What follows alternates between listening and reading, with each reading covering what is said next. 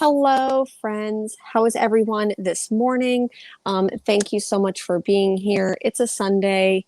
It's beautiful. I'm here with my friend Mars, that comic girl. How are you doing today? And Luna's here today too, because of Luna's course. always here. Luna knows when we're filming. Luna knows when we're hanging out. So he's always here. But it's a good Sunday. It's the last day of the month. It's a little weird. 2021 starting off pretty weird, but there's a lot of comics. So I mean, that's why we're here, right? We're here for comics. 100%. You know, if I can't be here with comics, then I don't like what are we actually here for, folks? So it is I know that we've got a lot to talk about.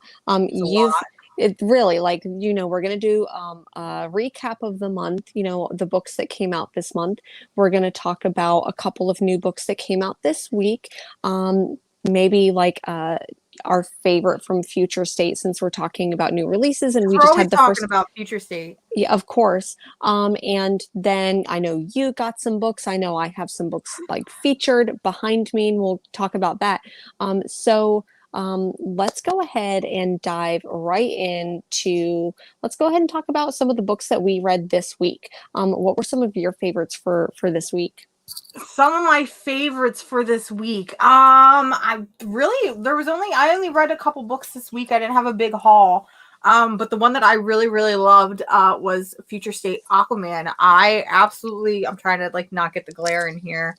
But I absolutely loved this book. This book was phenomenal. So it's another part of Future State, and it's supposed to follow Aquaman and Mara's daughter.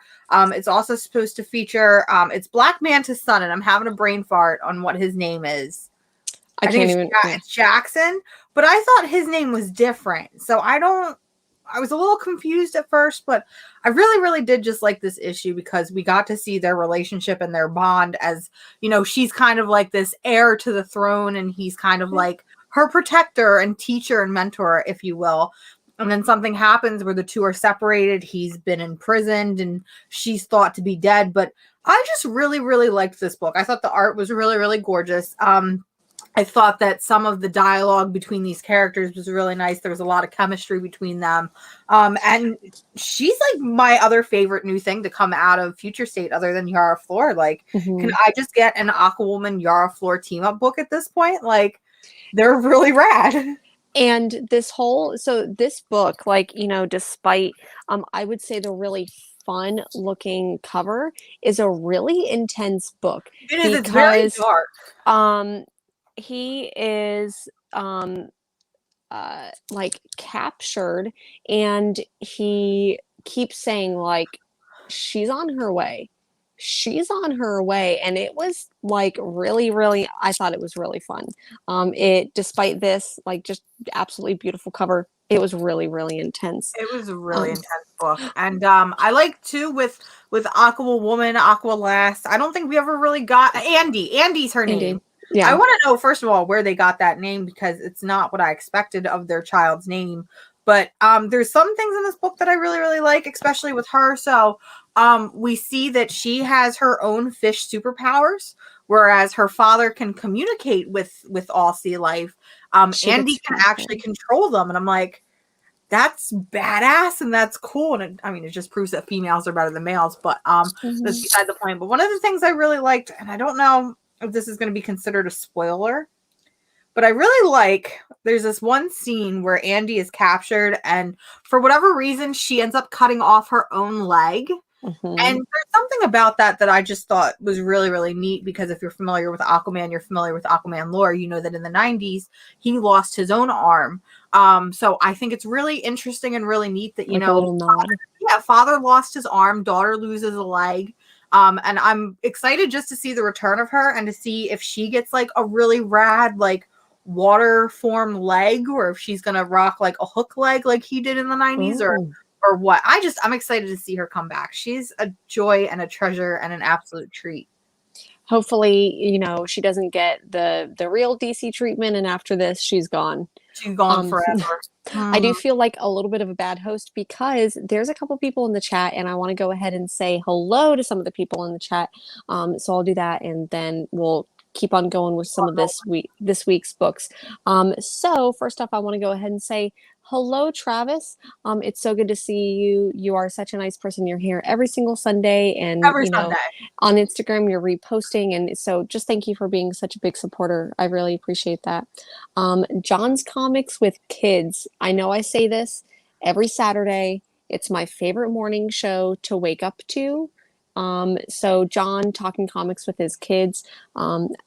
If you're not following him, you definitely should be. Tony, damn, so late on my comic. Had to fix my truck this past month. I'm here for the inside scoop.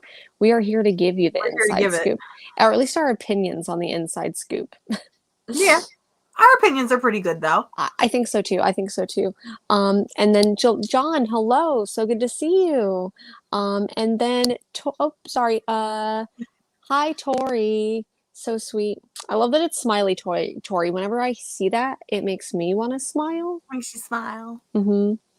And then Kirby, hello. And then that's you. It's me. Hello, Serge. Okay. And hello to Comic Book Therapy. Okay, I think that's it. I'm just waiting for more people to show up as we're talking along. So some of the other comics that I know, I'll be the first to admit, I was a really bad comic reader, and I only read It was rough. I still haven't caught up with last week. I'm at least caught up with last week, but this week I ended up picking up 20 books. I mean, 20 books for this week. I also picked up a ton of other dumb bitch stuff. I did end up picking. You do. Normal gen behavior. Yeah, because I ended up picking up the whole run of Watchmen, except for issues 10 and 11, I think. And then I don't know if you can see it, but Dan sent me the first appearance of Dr. Aphra. I'm gonna. Which is the most exciting thing. You sent that to me, or no? I saw him post it on his channel, and I immediately texted you, and I was like, girl, I can't believe that you just got one of your Grail books. So, yeah. Dan, you're the best. And it's Dan's birthday today. It is Dan's birthday. So, any of you, in the description in here, you can find Comic Chop News. That's his channel. You should go follow, subscribe, notification bell, all of that. Go to his channel and do that because it's his birthday. And then also go ahead and just say happy birthday to him. Happy birthday. Tell him I sent you. I also did put the link to the Rodney Barnes interview that we just did on Wednesday or on Friday. Exciting. It was really fun. You were with us the last time that we talked to Rodney Barnes, but this time it was a little bit of a smaller show. But it was a really good show. And I'm trying to get a campaign for Rodney Barnes to do Swamp Thing. And so I'm starting the hashtag Rodney Barnes for Swamp Thing. So when Ramvi is done, I want Rodney Barnes to be writing Swamp Thing, and he's a really big Swamp Thing fan, so he agrees. That would be exciting. So I put the little hashtag down here, Rodney Barnes for Swamp Thing, and please go and watch that video later, but make sure to subscribe to Comic Chop News because it's Dan's birthday today. So I really like Marina's comment, if we could flash that up, because that is just the ideal Sunday. If I wasn't here, I think I'd be doing the same thing. Yeah. Marina, I'm not sure, where you get your books from, but I also highly recommend, there's a local bookstore here, Powell's, that has some really great used book deals. And I mean, buy them wherever, but that is such a huge compliment where you're like, I am buying comics as I watch this. I love it. If we can add anything to that list, let us know. Tell them we sent you. Yeah. So did you read anything else for Future State? I did not. That was the only Future State book that I grabbed. I'm kind of on the fence. I'm still on the fence about Future State. So I've been very selective of what I've been picking up. I feel like that's kind of one of the things about Aquaman is that I did enjoy Kelly Sue DeConnick's run on Aquaman, and I do it's not normally a title that I would have picked up. So I'm glad that I'm picking up most of the titles because I probably would have stuck to maybe one or two. Exactly. But picking up all of them and reading all of them, I'm reading ones that I wouldn't normally read. Suicide Squad I read this week. It was really weird and I was kind of confused the whole time. So I feel I don't know if it's Bizarro World or something. I don't know. I flipped through that one in the shop. It didn't come home with me, but I flipped through it. I got to that last page where it's blue gold or gold beetle, and I'm That's kind of cute. I kind of like that. Did you like it other than the fact that it was confusing? I feel like I need to read it again, and I think that I would like it a little bit more. But I did also end up reading Superman versus Imperius Lex. And this is one of those titles that I would have probably never picked up if it wasn't just for me being like, okay, add all of Future State to my list. And I read this one, and I feel like it's really interesting. So Lex Luthor has taken over a planet and called it Luxor or Luxor or whatever, and Lexor, whatever the planet is called. And he's basically trying to join the Federation of Planets or, whatever. And they're like, no, he's an evil person. We shouldn't let him do this. He is basically going around and exploiting other planets for their resources, and everyone on the planet is like, oh, we're rich and we're prosperous, but they don't understand that it's at the expense of other nations. So like to me, this book is talking a lot about like colonialism, capitalism, and I did not expect that conversation from this. And basically Superman goes to their planet and is like, hey, we're not going to let you do this anymore. And everyone is like, fuck you, Superman. Like, these are our jobs. And Superman even quotes this. He says something like, the people who are being exploited are always the last to turn on the person exploiting them. And like, I seriously did not. Oh, that's a fucking deep one. Holy shit. It cut deep. So I'm serious when I say like Imperius Lex gave me the feels. I did not expect that from Imperius Lex. If I hadn't just picked up every single one of these titles, I would have never picked this one up. That makes me want to pick that book up. I'll have to see if my shop has it because I might. Yeah. That sounds deep as hell. Yeah, it really, really was. So I did enjoy Aquaman, but seriously, this one surprised me. That was your favorite of the week? Yeah, at least the most surprising of the week. But granted, those were the only three that I've read so far because, like I said, I'm a bad reader. I'm going to try to read some more tonight. So I want to go ahead and say hello to Mariano and hello, Legion of Comics. And then Kirby, yeah, please, seriously, if you can get the Imperius Lex title, it was too damn good. So that's crazy. There's a couple other books that came out this week. I know that we want to talk about new series that came out this last month and do a recap of some of the number ones that came out this last month. But before we get into that, I do just want to talk about Colonel Weird Cosmogog ended. This was really good, but 100% when it comes to the Black Hammer, like out of Black Hammer universe from the main title, Barbalian, I'm feeling that a little bit more, but Colonel Weird was good. It ended, and I don't know if I'm like spoiling it, but there's a moment between him and Talkie-Walkie, and it was good. So anyways, this trade I think comes out, this was the last issue, number 4, so I think the trade comes out like next month or something. Yeah, and that's one that I'm excited for. Unfortunately I didn't get it because I was like, oh, I'm not going to read any of the Black Hammer tie-ins because there's too many, and then I read Barbalian, and now I'm going to read Black Hammer Dark Visions, and which I'm really excited for. I think that comes out this week, and I'm so hyped about it. It's either this week or next week, yeah. Yeah, but I'm gonna definitely pick that up and trade once it hits because I think it'll be a good read. I think so too, and I know that Colonel Weird was a good read. There's actually a lot of trades coming out of some really good series, so I wouldn't mind, not today, but maybe doing like a trade recap or like these are the trades coming out this month, because there's even a couple of trades coming out from I think either Aftershock or Scout, those publishers that are doing the $9.99 model. So I noticed in previews that there's a lot that are coming out that are $9.99, which is one of the things that Image was doing solidly for a while when they published like their first collected volume would do $9.99. It's a good entry point for people. And I feel like they've shifted away from that a little bit. So excited to see that come to other publishers. Yeah. Absolutely. So let's go ahead and just dive into I know I've got a lot here. To our new comic releases. This is not an extensive list of all of the first ones that came out. I feel like we're leaving out a lot of Future State because we've talked about that a lot. We talk about it every week, so I do. The only thing that I did do is I have my 2 kind of favorites, and that's Wonder Woman, Swamp Thing. So, I mean, if you were gonna, she kind of snuck her way in here. I did not put her in the stack. She ended up in this stack. But just please know, I know this is the 3rd time I've said it, and I'm going to keep saying it every show. I don't care at this point. I love Yara Flor. She is the best thing to happen to DC Comics since the whatever. I don't care. I just want more Yara Flor. I want her to step on me. I want her to be friends with me. I want her to be my girlfriend, my wife. I don't care.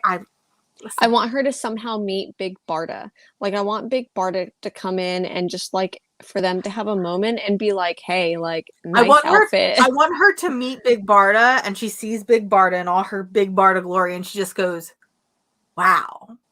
Like, wow. And I'm just like, that would be me.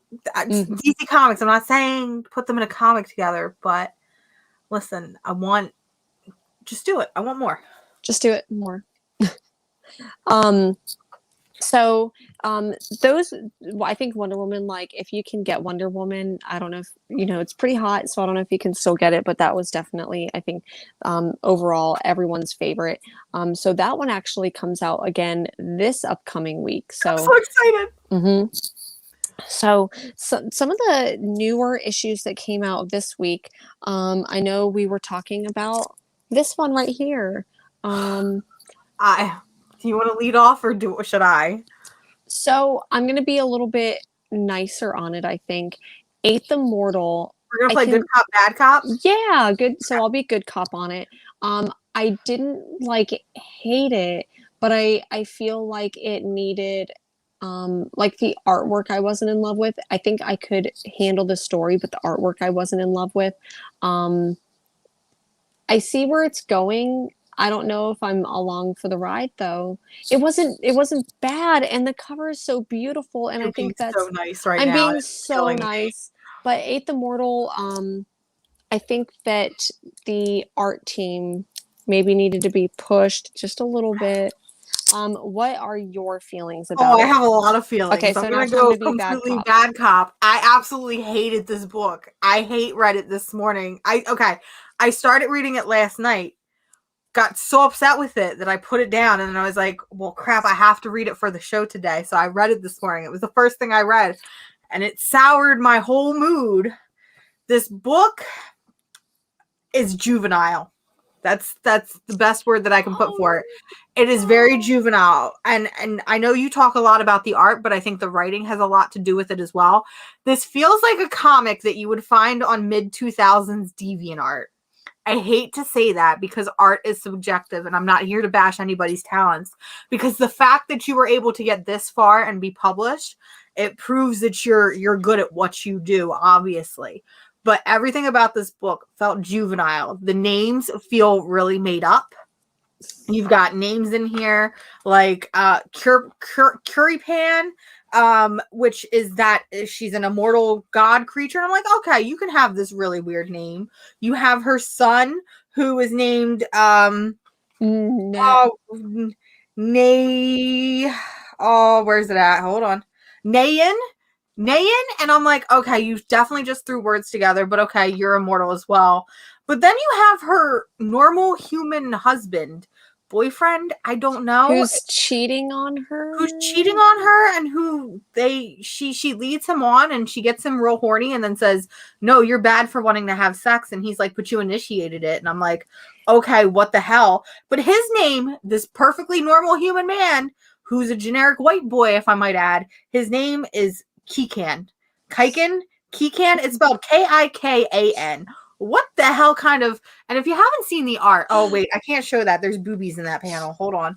Oh, wait, I can't show that. Whatever, I'll show this one. Yeah. The art is just very, very juvenile. And there's this one scene that I love-hate, and I want to talk about it, where she goes and she meets her brother, I guess, and they're talking about there's another immortal that has popped up, and she needs to go and find him, and that she always lets people get away. He talks about Alexander, Nero, Genghis Khan being these immortals, and I was like, oh wait, that's kind of interesting.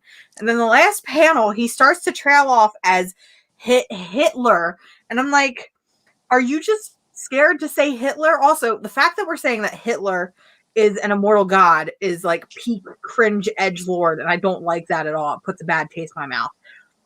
But then I realized that he is getting a blowjob under the table, and that's why he's sputtering Hitler. And I'm like, what the hell is going on?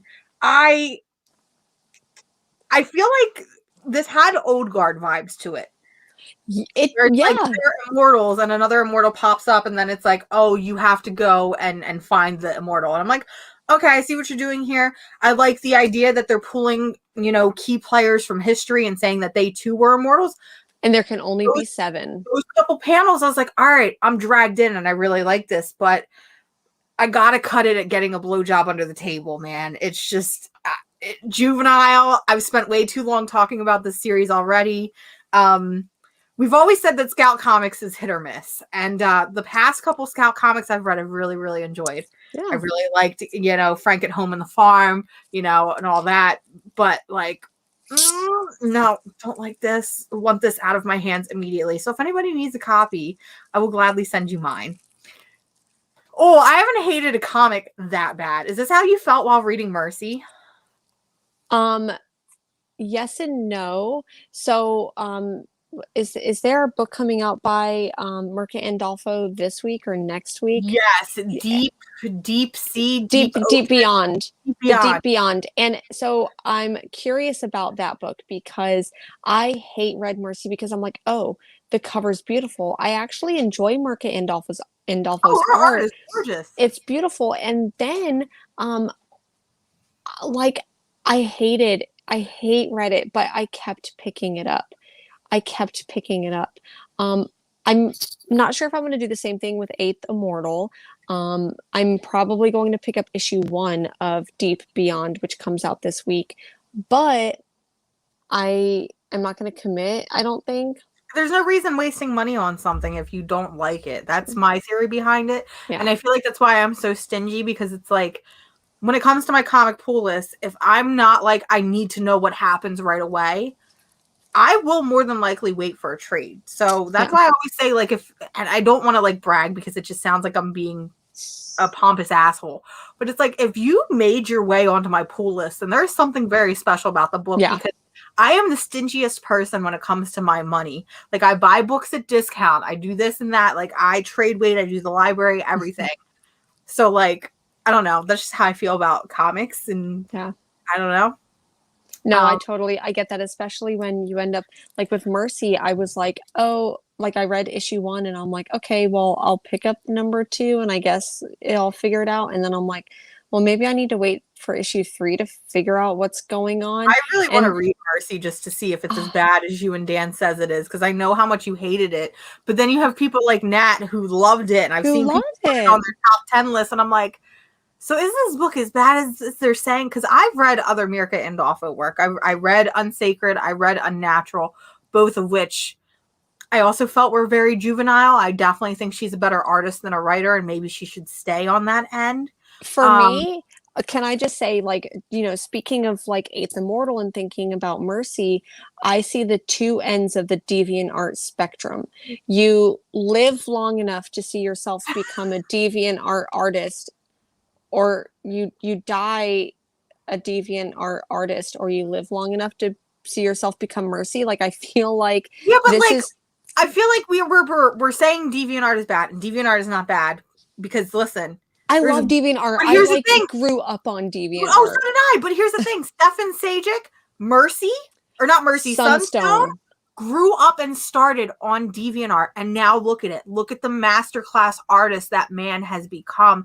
And not only is he a masterclass artist, he's a pretty decent storyteller. If I'm being quite honest with you, Sunstone is one of those books where you went into it just to have a fun, horny, good time, and then it ends up getting really emotional and really deep on you. So I don't want this to be taken as if you're on DeviantArt, then you're a bad artist, because like I said, we've got Stefan Sajic as the prime example, you know, that I don't know. I feel bad, but at the same time, I just got to be true. I honestly, when it came to Sunstone, I'm like, okay, like I describe it as, I thought it was going to be a lesbian scissoring fantasy that some like white dude wrote. And it's not. It's wholesome in a way that only like two women plus some other people in the like hardcore bondage scene can be. And it's wholesome. Spot, man. It does.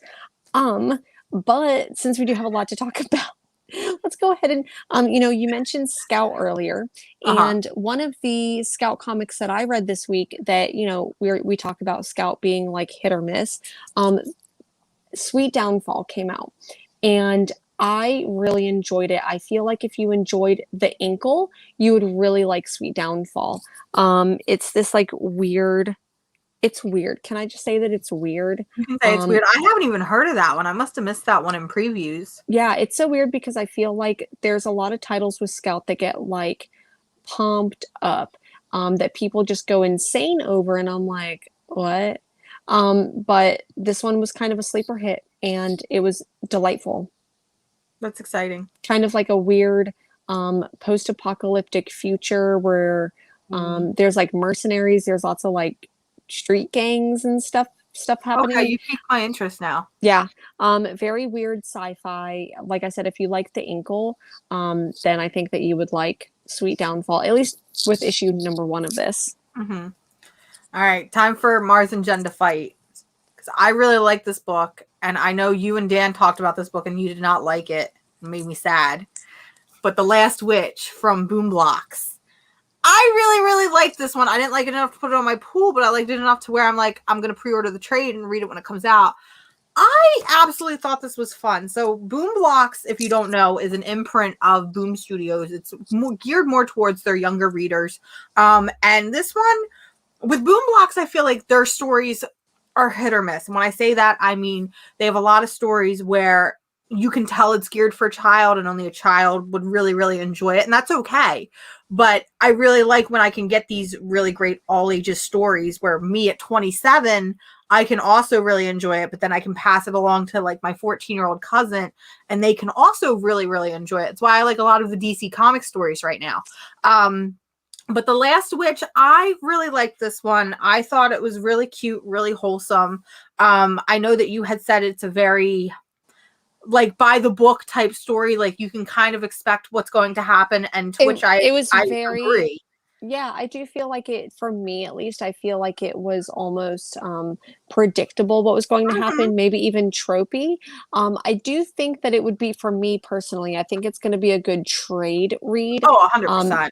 So, and the thing that I do enjoy about it is that I feel like it does talk a lot about like Celtic mythology or like just Celtic culture. So I did think that that was cute.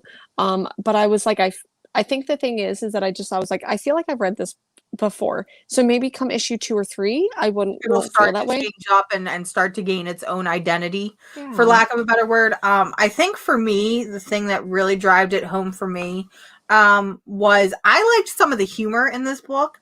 I actually had a couple moments where for me it was like laugh out loud moments. Like there's a scene with like the brother and the sister and he's like, you have to take me along with your adventure. And she's like, no, you have to stay home. And he literally stands there and is like, if you don't, I'll scream. And she's like, well, nobody's going to hear you here. And he's like, fine, I'll just get closer. And he starts to like pad off. And I'm like, that like he's so literally, because he's kind of sick in bed. And so he's like literally like dragging his blanket with him, I think. Exactly. Yeah. And I just like, it was little moments like that, especially between the brother and sister when they had these small comedic moments that I really, really liked. And that's why I think it made a good impression on me, is because of that humor and those comedic moments. Not only that, but I just think this cover is absolutely gorgeous. Yeah. I got both covers. This apparently went to second printing, which I was surprised about. So yeah, it's it's getting at least some reception. And like I said, it's not going to be a book for everybody, but I definitely like the fact that this is an all ages title, if you will. Yeah, certainly, for sure. One of the other books that came out, well, this one isn't Scout. I'm trying to think of like what next book. Let's go ahead and talk about this one really quick. Abbott. Okay.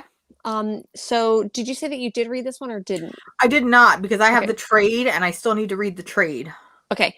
I would honestly say you don't need to read the trade because it gives you a recap. However, the first trade is really good, so I'd recommend reading it anyways. I'm like, oh, I've got it right here, but I don't. No, because it's right behind you. Other side. It's up here. You're right. It is up there. So anyone who's kind of like peeping at the shelf behind me, there is a very clear kind of like message that I'm trying to give with like some of these books that I have picked out. So we hopefully will be doing a little like Black History Month episode talking about reading comics you should be reading and not books you should be reading just in 1 month all year, because there's a lot. There's some good ones. So we'll get into that later. Let me go ahead and do this. Hi, splash page. No worries about being late. That is all right. So Abbott, I felt like was really good. Think about like female Constantine. She's queer. She smokes a lot. She is an investigative journalist, and in the 70s and 60s, right? In the 70s, yep. Mm-hmm. Which is fun. Yeah. So I really enjoyed this. So what came out this month, because as you can tell, there's Abbott behind me. So there's a trade, but this is Abbott 1973. So the original one takes place in 1972. This one is the next year. So okay. But like I said, I don't feel like you need to read the trade in order to read it, but I do think it's good enough that you should. Okay. If that makes sense. Makes sense. And then I have I'm not reading King in Black. I have no care for crossovers, could care less. But I picked up King in Black, Rise of the Valkyries, because it is Valkyries. So of course I'm going to pick it up. I love this book. I really did like this book. It is queer. It is gay. We get to see more of the Tessa Thompson Valkyrie come back. And I feel like she's going to start to sort of gain her own identity. And hopefully they're finally going to give her her own name and maybe her own mantle. I think this is a great book because it's going to set up for the new Valkyrie title that's supposed to be coming out in April. I was just about to say there's a new title coming out April, I forget which week, but mid-April, I believe. Yeah. But this is a great series if you just want queer warrior lady content, and it's only 4 issues, so it's not too big of a commitment. I think they're doing 4 issues over the span of 2 months, so I think it's a bi-weekly series, which I thought was really weird for Marvel because I feel like they don't do that. But if it gets it out of my box quicker, then I'm okay with it. But I did really, really enjoy this. And you get to see, all different Valkyries. We get to see Jane Foster. We get to see Brunhild. And, of course, the new Tessa Thompson Valkyrie, which I think this series is more centered around, which is really great because I feel like she's been absent in the Marvel Universe for a while. When I first read this took me a second reading to really appreciate, because when I first read it, I was like, spoiler alert, the character, the Sentry, dies and is in this book. And I felt like it was too heavy on that character. But after a second read, I picked up on a lot of the other stuff a little bit more. So a lot of these King in Black tie-ins, I don't necessarily think you need to read the main titles. And I don't think that you need to read these in order to enjoy the main King in Black title. I am reading some of the offshoots. And I know you have another King in Black title too that you really, really liked. I went and flipped through it after our last episode when you were like, you're never going to realize who Carnage is. And I was like, well, let me go to the comic book store and flip to the end, and it's a treat. It's a treat. It makes so much sense. So anyways, Gwen versus Carnage is probably my favorite King in Black tie-in so far. And I added this to my pull list immediately because I need this in my life. I have to have this. So if you can pick up Gwen versus Carnage, it is fun. It's delightful. I'm definitely going to be picking that one up when the trade hits because, like I said, flipping through it, I thought the art was really, really great. Yeah. And that twist end, I spoiled it for myself after you know, hyping it up last week. But, I mean, that made me want to read it. So, not saying you want to pick this one up, but you're going to want to pick this one up probably. And I think that one's only 4 issues as well. I think that sounds right. 4 or 5 sounds right. I can't see them going any further with that. It would be really cool because that's kind of like a when the King in Black titles will kind of like end. I mean, obviously they're going to end their event. So I'm curious to see what they'll do after. I really hope that they keep up with these characters and don't just like, you know, alternate universe them or whatever. I want to go ahead and say, I mean, we don't know who Carnage is. Oh, so did we say it? No, we're not saying it. We're just saying that it's really, really cool. So no spoil. We try our best not to spoil stuff here. Because that was part of like, because I was like, okay, I like this book. And then that happened. And I'm like, okay, like this needs to be a thing. And Tori, thank you so much. We try our absolutely best. Adore you. So since we're on Marvel, I guess we'll just talk about this Marvel book that I know you really liked and I was kind of okay with, but I still think it was really, really great. I love that you say that. You're like, I know that like, I was okay with, I know you really like, no, I'm just kidding. I mean, I liked it. Don't get me wrong. I'm just very picky and selective, and that's Star Wars High Republic. And let's be honest, the only reason I didn't love it is because I don't like the Jedi. The Jedi are boring and I don't care about them. But when I go past that fact, it was a very well thought out story. I thought it was very well written. Again, this is the first extended universe we're seeing from Marvel and Disney since they took the right. And I think they're doing a really great job with it. We get a lot of really great, fantastic new characters. And the way that this issue ended made me kind of want to pick up issue 2 because it really is a great ending.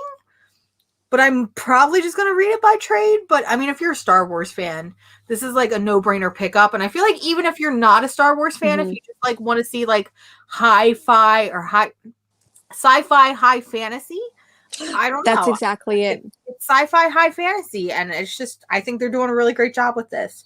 The Jedi are dumb and I don't like them and they have stupid rules. I do not make it any secret that I am not a particularly big Star Wars fan. Like, I've watched every movie multiple times.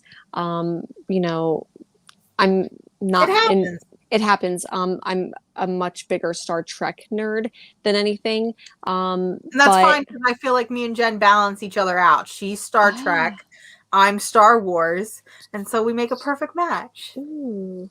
Yeah, so we're bringing the whole spectrum of nerdiness here. But I feel like I will keep saying it. I enjoy the Star Wars comics more than I enjoy the shows and the movies and things like that. I really did enjoy High Republic, and I think that's because they're doing what I wish that the movies had done. And, you know, I will keep saying this about Dr. Aphra, is that I feel like I need her in a movie, show, all of it. We need more Dr. Aphra. And so anyways, I feel like High Republic is doing the same thing. I think we're going to one of the big reasons why I think this was such a hot book is because there's so many first appearance characters in it. Yeah, and because it is the first extended universe of Star Wars too, so it's all new for everybody. So if you haven't gotten it, I know the second printing I think comes out this week. I think it's already came out. It came out last week and it sold out immediately. And here's the thing, is because the final order cutoff date for it happened like before this one even came out.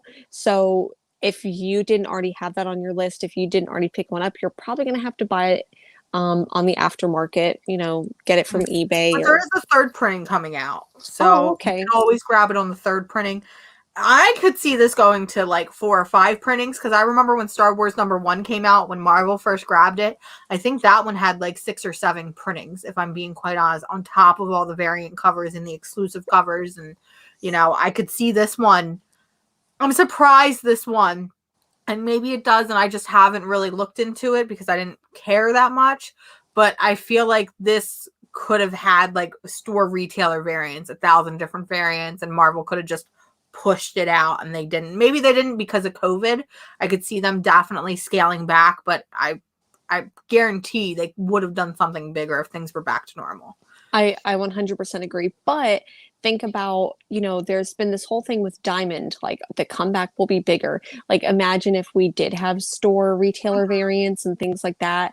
I think that would have been really interesting to do. So maybe that'll be something that they do in the future with new titles. Oh yeah, 100%.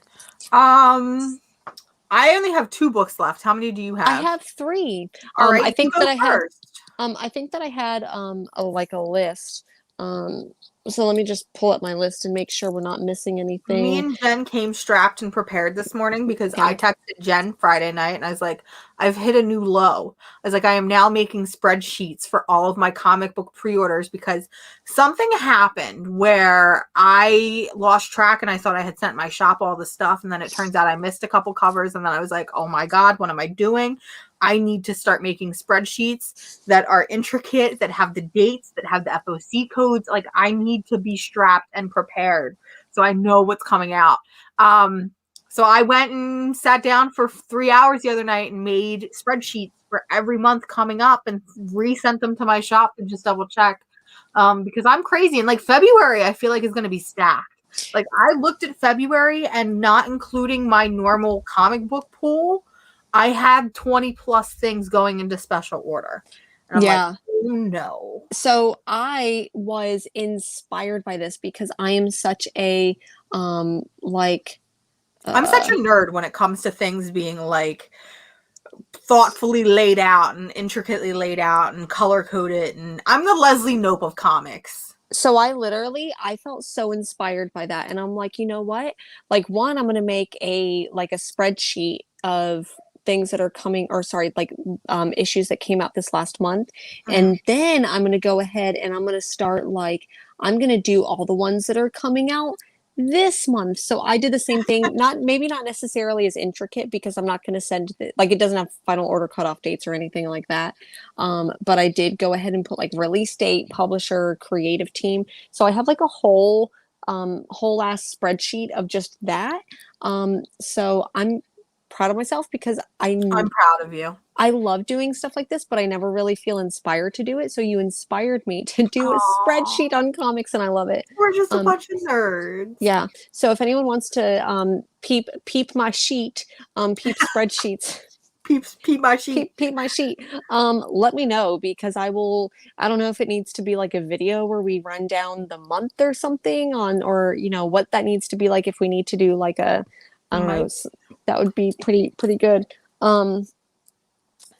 It might be. Yeah, he's just chilling. He has the best life in the world. When I die, I want to come back reincarnated as Luna. He does live his best life.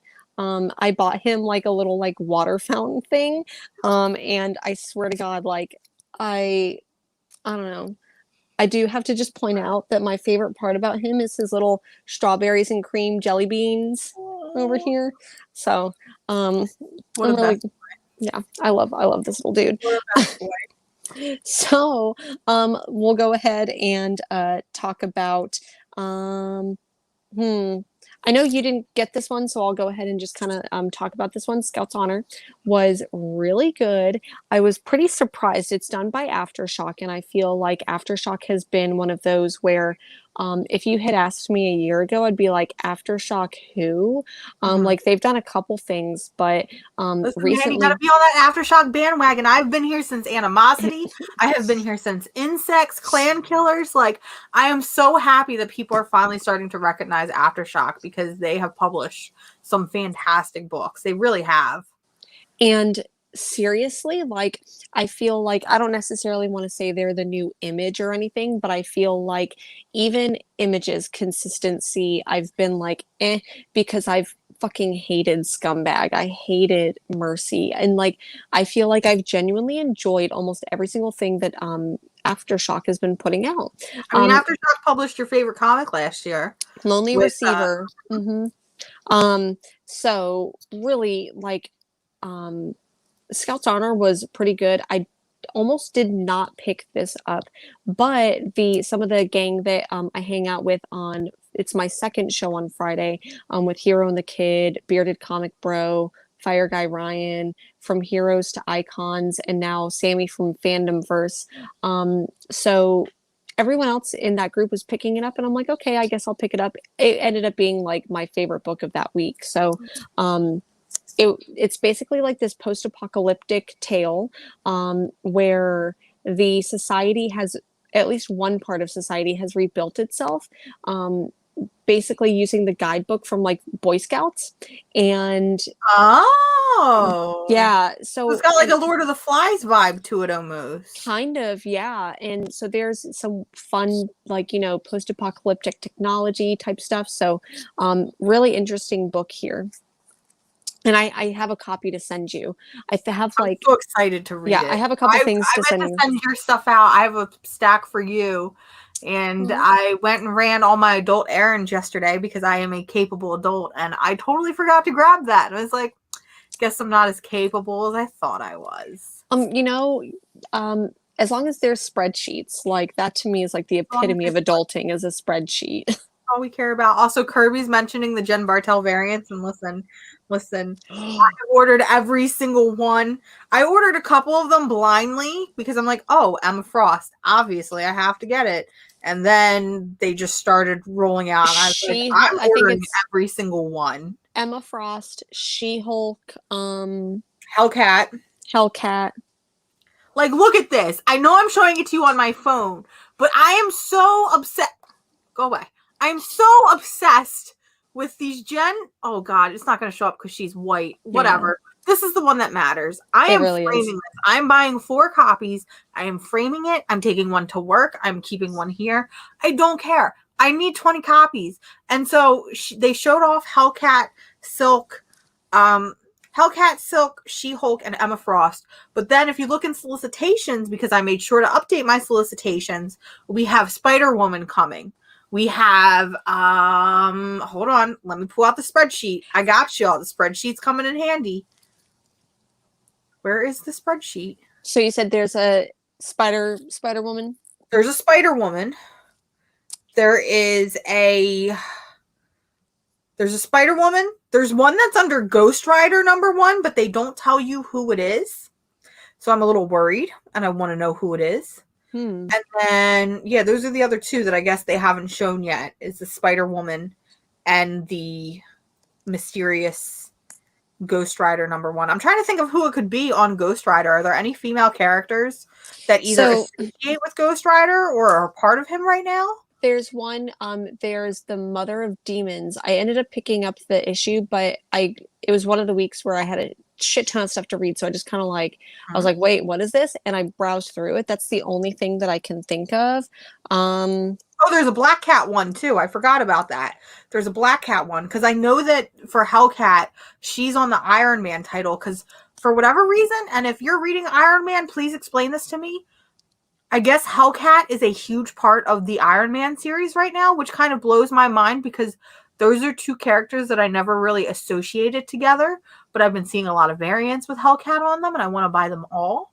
So if you're reading Iron Man, please explain the significance of Patty Walker in Iron Man right now, because I want to know, but I don't want to read an Iron Man comic. So change my mind. I'm kind of on that same boat where I'm like, excuse me. I just like, I feel like I need to read a lot more that I'm invested in to be able to know what's going on. This right here is the Mother of Demons, so I don't know if it'll be, but we'll see. Okay. So we have 2 left on our. Yeah, and I think that they're gonna be the same. I'll start. We're gonna go with haha. So I love this book so much, to the point where it made its way onto my pull list. So you know that it was good if I put it on my pull list. There you go. There's my pitch. I put it on my pull list, so obviously it's good. But no, I really like this. I've always preached that I feel like horror does better in an anthology than when it's in a longer format. So this is a new horror from Image Comics that is done by W. Maxwell Prince, who also does Ice Cream Man. So if you're reading Ice Cream Man, obviously you're going to want to read Ha Ha. It seems like Ha Ha is more clown geared and like mimes and stuff, maybe? I think so. There's we get a little preview of, so yes, anthology. So anthology about clowns. This one was dark. Like, this feels like how I think Joker should have been. The Joker movie should have been. I do really quickly want to plug Comic Shop News, because Ice Cream Man was my pick for this week. So we're doing graphic novel book club. We're going to be talking about Ice Cream Man. Typically we do it the last or one of the last weekends of the month. So like I said, go follow Comic Shop News. It is Dan's birthday, so the link is in the bio to Dan's channel, Comic Shop News. Say happy birthday and all that. Yeah. So W. Maxwell Prince, like, Ice Cream Man is an anthology, and it's a little bit different. It's more of like a weird Black Mirror, Twilight Zone type anthology, I feel like, where haha's just, it's limited and it's clown based. I feel like with Ice Cream Man, you have the Ice Cream Man himself, who is sort of that constant in every single issue. And it's sort of, I feel like I've seen you and Dan describe it as he's almost like the Tales from the Crypt guy, where he's like that. So you always have that constant where even if it's an anthology, these are all connected, where these I feel like are just separate stories that just happen to deal with clowns. But like the second issue has this really cute clown girl, and I want to know more about her, and I'm sad because I know she's gonna have a really bad time. But I'm just excited to see more from the series, because I've been wanting to read. I mean, we have some really great horror right now with Audible, but I feel like that's a different type of horror, whereas this is like, I just want some good horror, and I feel like haha is really filling that void. And this was a hot book. Like, you can't even find the first issue anymore. I don't know if it's going to a second printing, but you can't even find the first issue. So if you want to grab that second issue, it would be a great jumping on point. It has a cute lady, so there's my pitch. But I do want to say, I think that my local shop, Books with Pictures, does have some. So if there's anyone who maybe needs one, let me know. I don't have the link to the bio, but reach out to me and I'll see if like I can get you the link to them. So yeah. Very ha ha ha ha ha ha ha ha.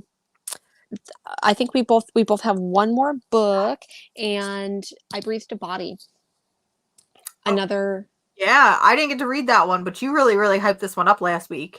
I really did. I really enjoyed it, and I know I talked a little bit about Lonely Receiver and Aftershock, and Zach Thompson wrote this one as well as Lonely Receiver, also published by Aftershock. And when I first read Lonely Receiver, I'm like, this is a weird book. I don't know what's going on, but I'm into it. Not like complete opposite of like how I was with Mercy. And so I felt the same way with this. It definitely talks about like modern technology and kind of always being on, and the need to like put yourself out there. I have some theories where this is going to go, but I have no clue. Zach Thompson is literally writing this year's season of Black Mirror, and it's in comic book form. He's a horror genius. He really does. Mm-hmm. Yep. So I really enjoyed I Breathed a Body. That was another one of, like, seriously, all of these number ones for the most part, maybe other than the first ones that we talked about, like so many of my favorites. So I know I keep saying like this one was really good. It was one of my favorites, but it really, really was. Everything was Jen's favorite. Yeah. And then the last book that I have, I don't want to talk about it because I'm going to just put my foot in my mouth and take back everything I said last week. I finally read Crimson Flower this morning. I actually kind of really, really liked it. So if you weren't here for our show last week, me and Jen went on a big, like, 10-minute rant about Crimson Flower because we were both really excited by this book. I mean, if you look at the cover is absolutely gorgeous, but when you open the art is kind of really, really ugly and really, really distorted. And I was like, it was just off-putting to me, and it made me not want to read it. However, reading it this morning, the story that we have here, I think, is really, really great.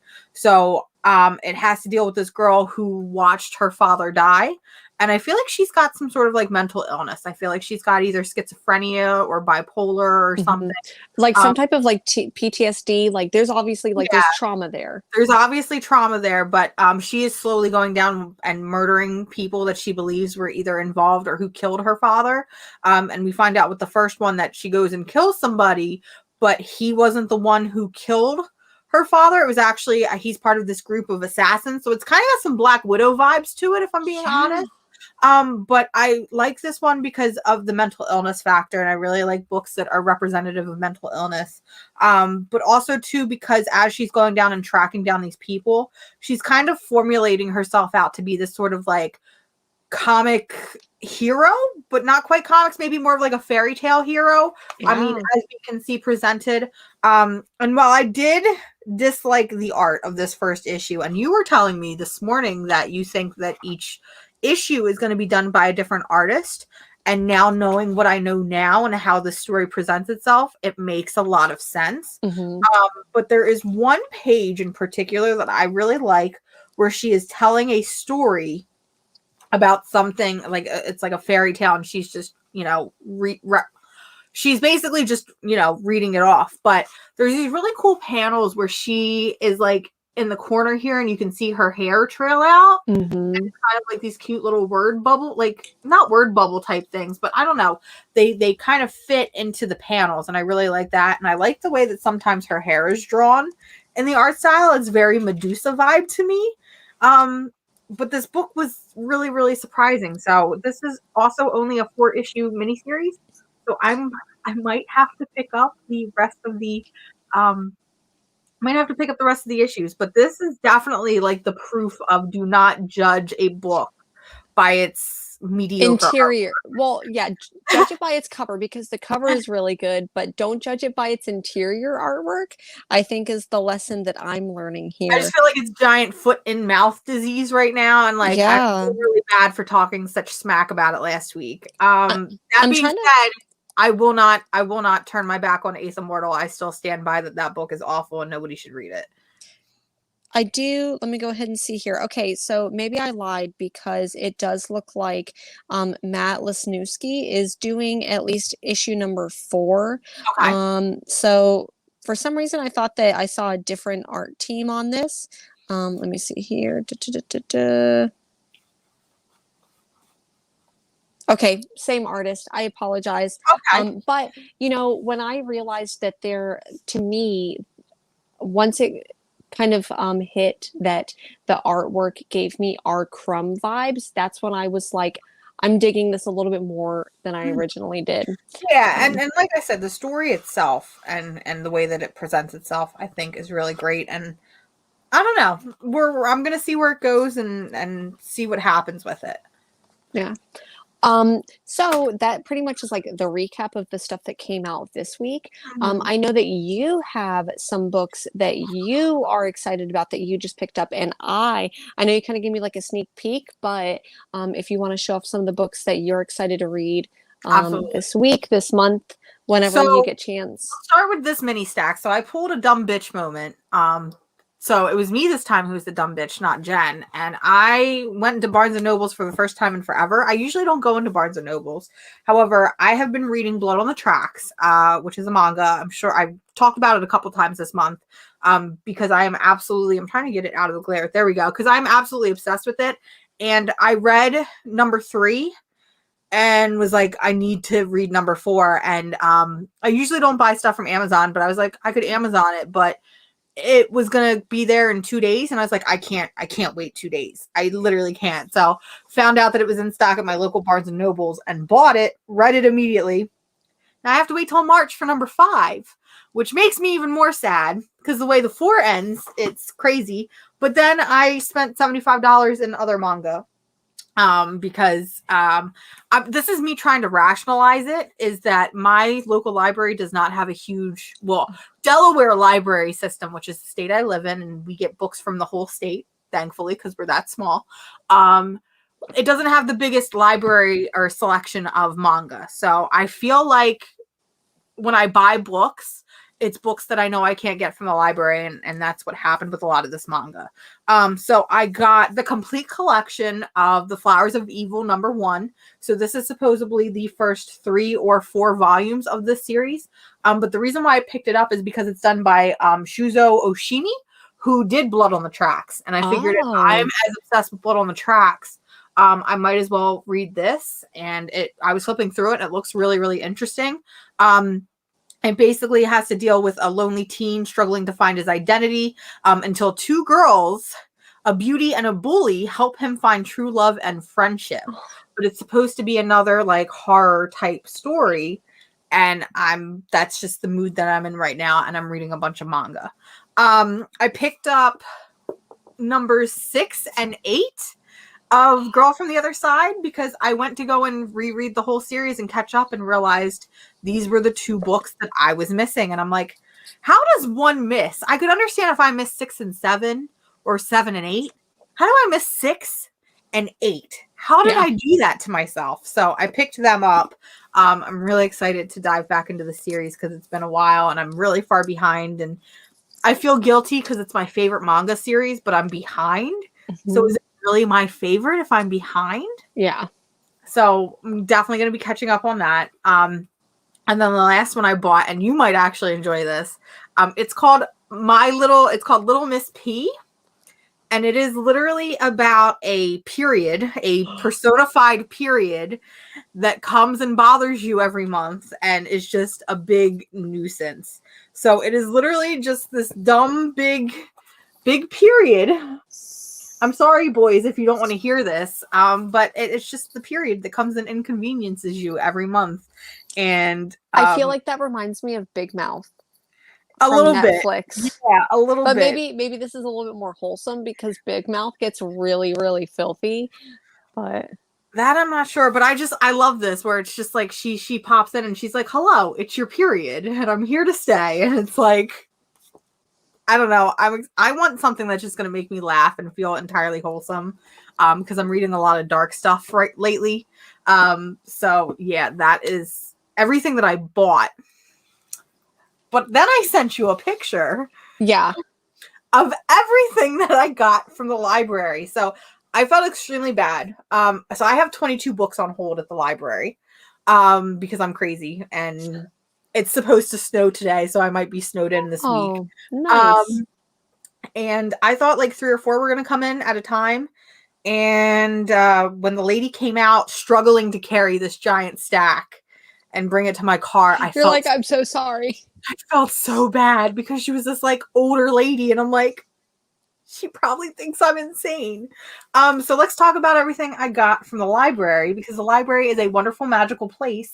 It doesn't cost any money and you can read whatever you want. So I got a couple manga from the library, so I'm really excited.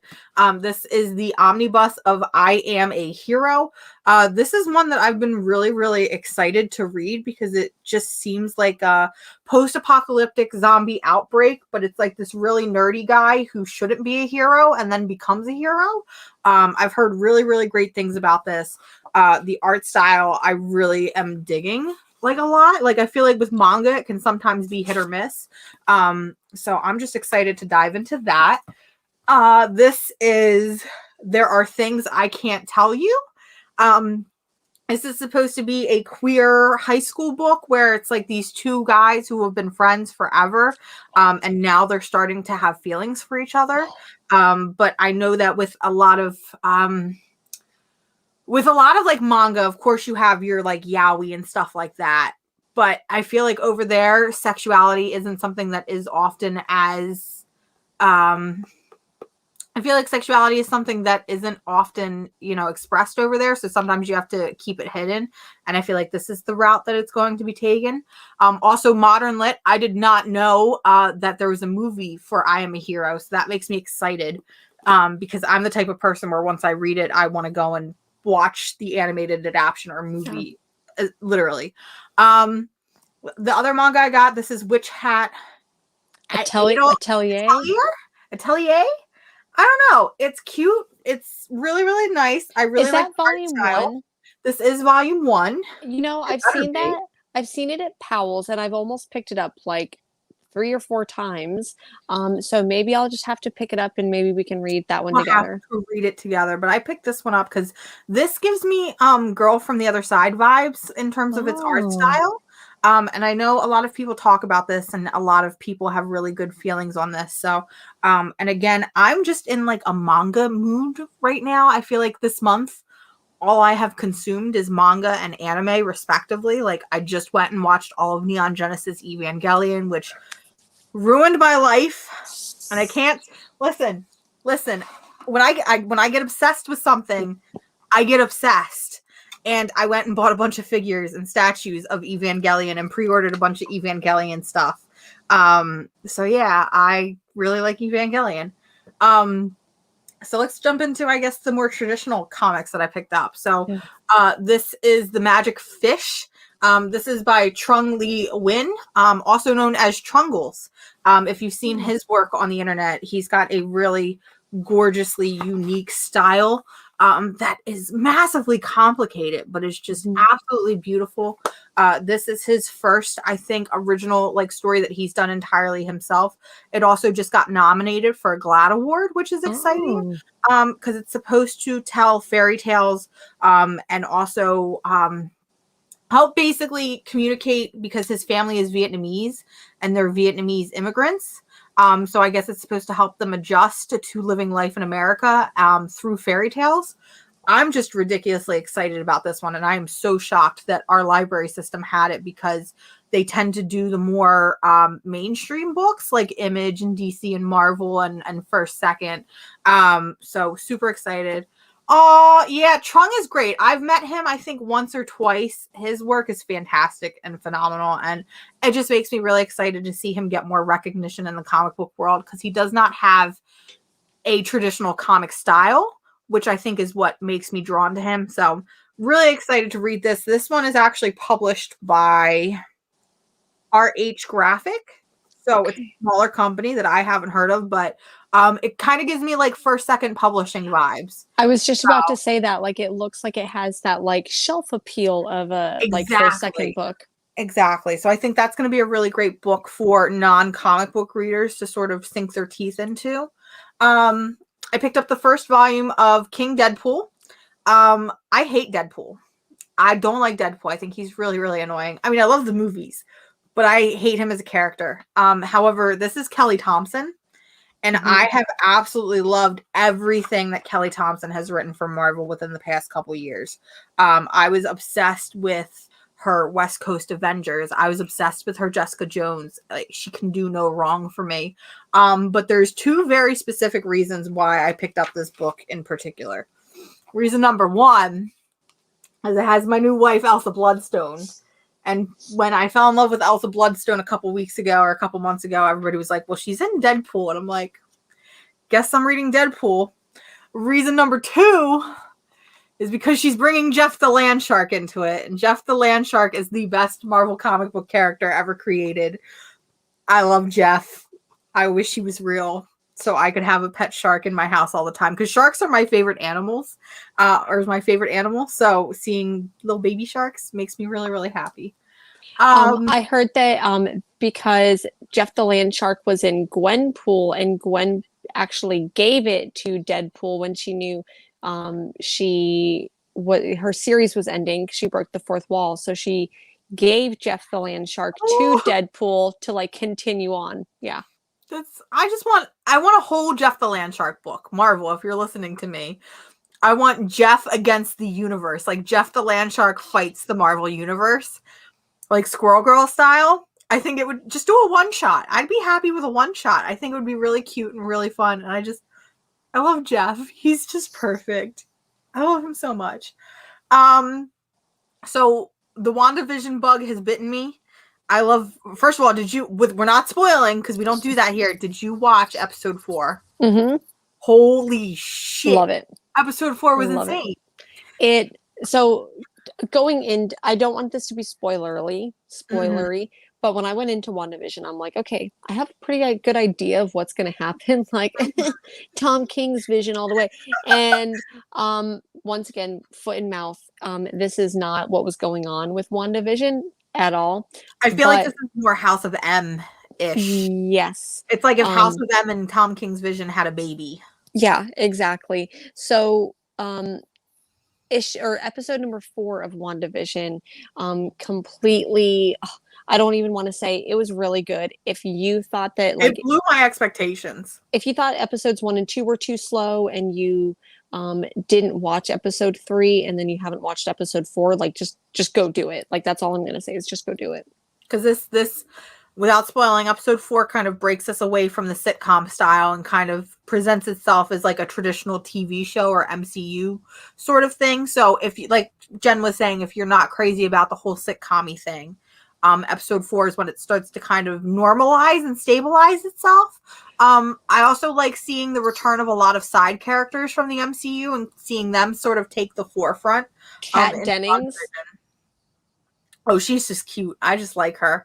I didn't like her in the Thor movies. I thought she was too much in the Thor movies, but I feel like her character was very toned down. I feel like they sort of realized that she was here and she needed to be here. And I feel like they've kind of leveled her out and made her a really likable character again. Yeah. So need more WandaVision.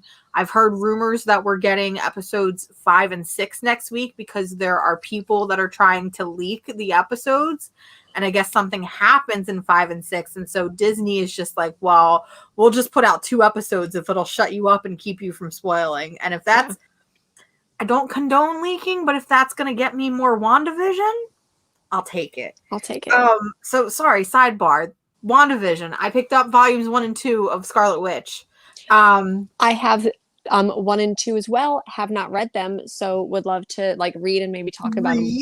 I started reading I can't tell which one's which because my stupid library always puts their barcode thingies where the number is. And I'm like, I've even told them, please stop doing this so people can know which one they need. But they do it anyway. So I started reading this last night. Witch's Road, I think, is number 1. I think that's what I'm looking on my.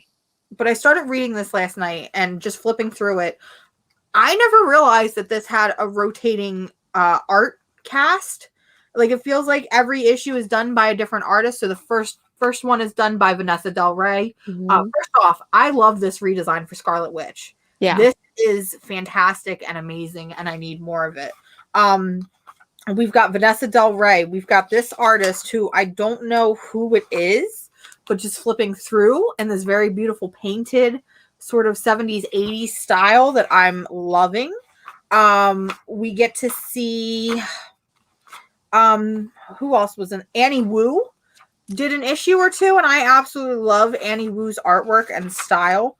And then Tula Lote did some of the interiors as well, which I was shocked about because Tula Lote, I feel like, does not do interiors. She's very much like Jen Bartel, where she does, covers and that's it. And so seeing her do interiors and covers makes me really excited. Oh, Marguerite Savage, I guess, is doing art. I don't know. I'm going to read this. I'm very excited. I've heard people describe this as sort of like a female Constantine, where she sort of takes on this detective type role with magic. That sounds like perfect. It does. It sounds perfect. Can we get this next as a series, Disney, please? That would be really interesting if they could do that after WandaVision. Well, I've also heard too through the grapevine, and it's one of the reasons why I picked it up, that one of the main characters in this book is a big character in the WandaVision show, or they believe that it might be. Mm-hmm. And that's her one neighbor that bought the pineapple. I can't think of her name, but she was in Parks and Rec, and I love her. Yep. But apparently her character is in this book too. So, I mean, maybe I'll crack the code of WandaVision by reading some comics. So there's that. I'm on a Moon Knight kick. So I picked up volume 1 and 2 of My Best Boy. This is the Max Bemis run, which I've never read. I've only read the Jeff Lemire run, but I really, really love Moon Knight. I think he's fantastic. Again, mental illness representation. Which I really love, because if you don't know, Moon Knight is schizophrenic. And if you have not read the Jeff Lemire run and you are interested in Moon Knight, or you just want a really great book, please read Jeff Lemire's run, because it is a book that makes me cry every time I read it. And it's a great starting point if you've never read Moon Knight, because it reads very much like an indie comic. Yes. So there's my plug for Moon Knight. I had gotten this from the library before and immediately gave it back. I'm going to give Gideon Falls another try. I think when I picked this up, I was just in a really bad mood, where everything I got from the library, I had immediately sent back. I think I was just in a rut. So I've seen a lot of people on Instagram talking about this. Abby B reads, I know, absolutely loves this book, and so does V, with Read Across the Stars. And I think you and Dan really, really like this book. Dan hates that book. Oh, okay, never mind. Dan hates the book. I really enjoy it. I've only read, so I really enjoy it. There's a lot of weird stuff going on, but I've only read volume 1. The series did just recently end, so I'd like to maybe just kind of binge it to really see what's going on, because there's a lot of nuance to it, I think. Absolutely. So I'm excited. I think that I also read, when I first read that one, I think that I also read it around the same time as Outcast by Kirkman. And so it was kind of like muddled in with that. So I think another reread would be good.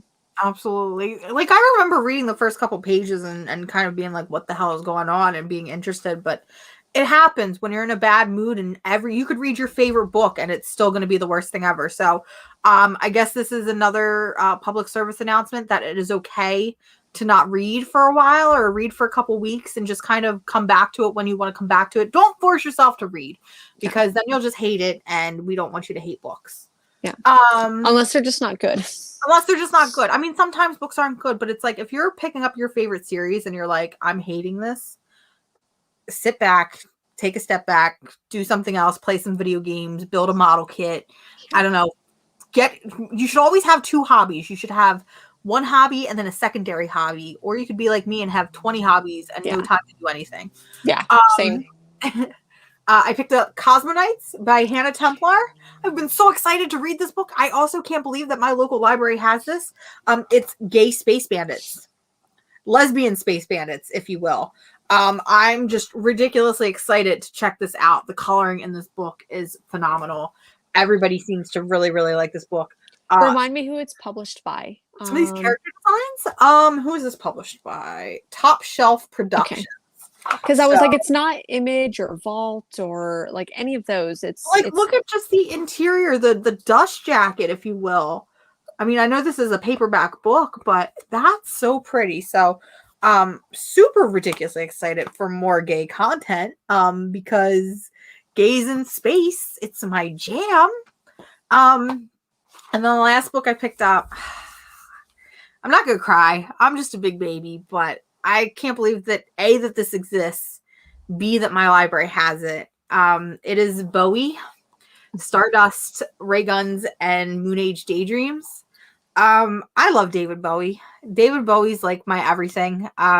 Like, between him and Carrie Fisher, and losing them both in the same year, I was a mess. I still stand by the fact that David Bowie was holding the tethers of the universe together, and that when he died, that's when everything started failing. So the fact that 2 of my favorite things have kind of merged together, being David Bowie and comics respectively. Even my brother was like, I can't believe that a David Bowie comic exists. Like, he's like, this was made literally just for you. But this is done by Michael Allred, and it's just absolutely gorgeous. And it's supposed to tell the history of David Bowie and his rise to fame, while also kind of adding some mystical magic to it, because of course the Starman. And it's just really amazing flipping through it and seeing, you know, those iconic costumes and iconic looks of David Bowie. And if I'm being quite honest with you, Michael Allred doing the art, I feel like, other than Jack Kirby, which I know would be impossible, I feel like there's nobody better to do a book like this than Michael Allred. So I'm really excited to read this. I think it's going to be a rough read for me. I think it's going to take me a little while to get through. But it's going to be worth it, obviously. Yeah. So it's super excited. And like I said, look how big, it's huge. It's huge. Massive. This one is published by Insight Comics. And the fact that Bowie's family, you know, let them do this, is just phenomenal. So you know that this is something that they wanted, because I know that they are very particular with what they allow to be done with Bowie and Bowie's rights. So I'm really excited to read this one. But I haven't read that one, but I may see if I can pick that one up too, because that looks good. It's a good one. But that's my massive haul. I've got a lot to read and I don't know where to start. And at this point, I'm quite scared. That's kind of how I felt because I picked up like 20 something books a couple weeks ago and I've gotten through like 3 or 4 of them, but I haven't really I feel like I haven't put a dent in the pile. But once again, this is it was a pile put on top of a pile. Oh, so yeah. And I feel like too with them being library books, I feel like there's more pressure. There's a time crunch. I have a time crunch. I mean, I'm thankful because our libraries with the pandemic have waived all late fees, which is really, really nice because I am terrible and I'm okay with paying money to the library because it supports them. Right. But I'm terrible with late fees and I'll have books for 2 months.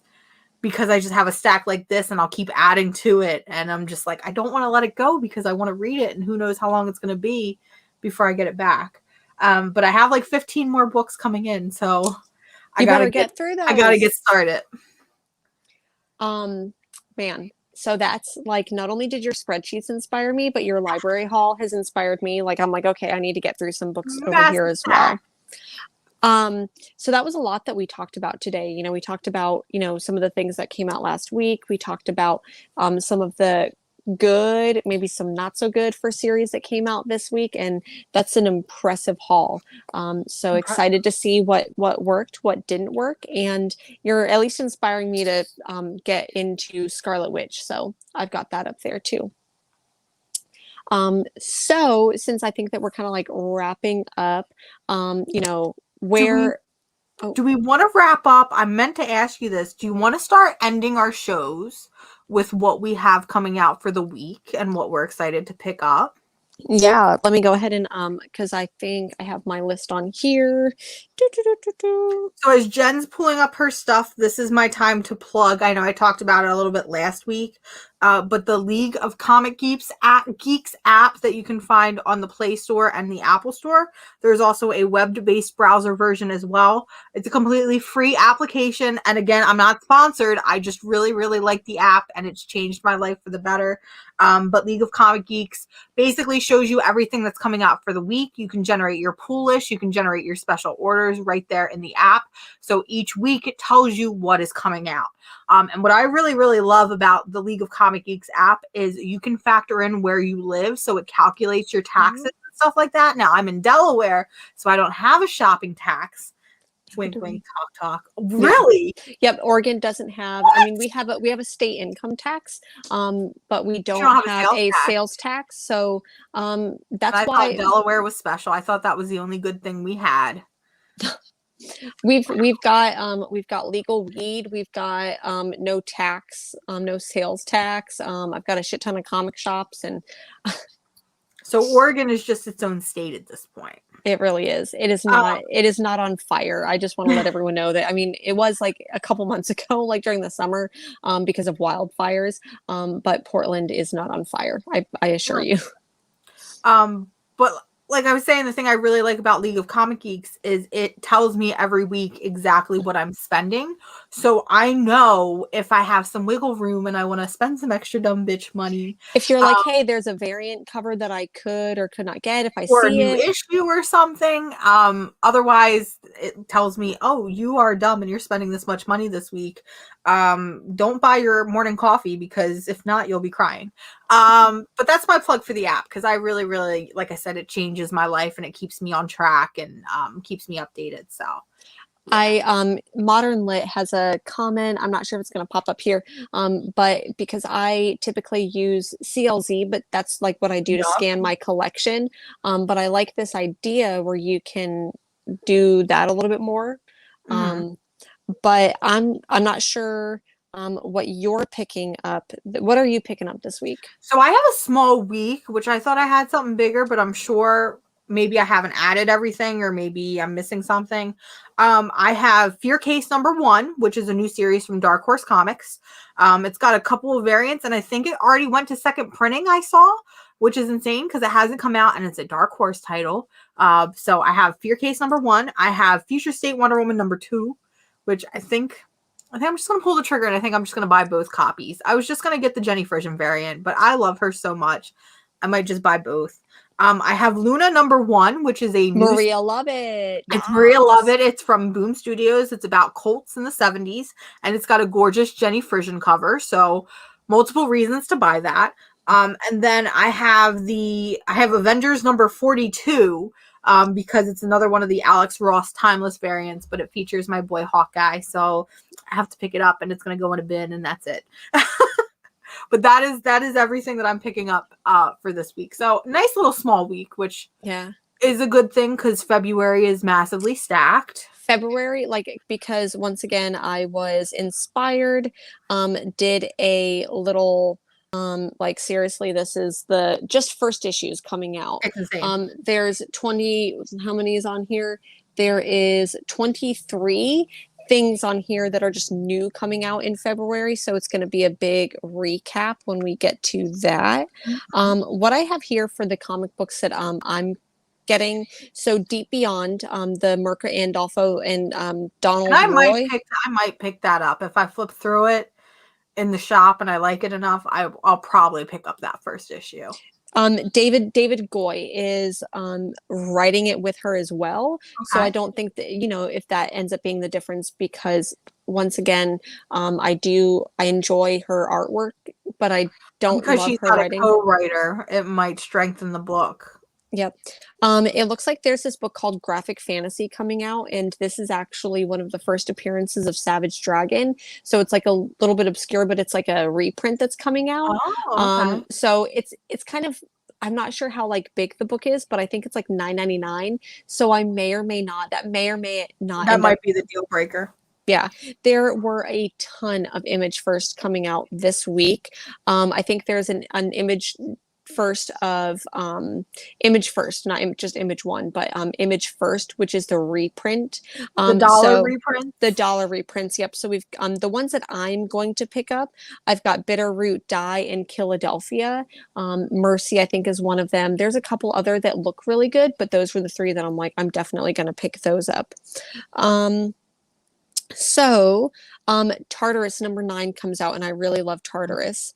Fear Case #1, which you mentioned. There's a book called Chained to the Grave, and it is published by IDW. It looked pretty good, so I'm going to pick that up.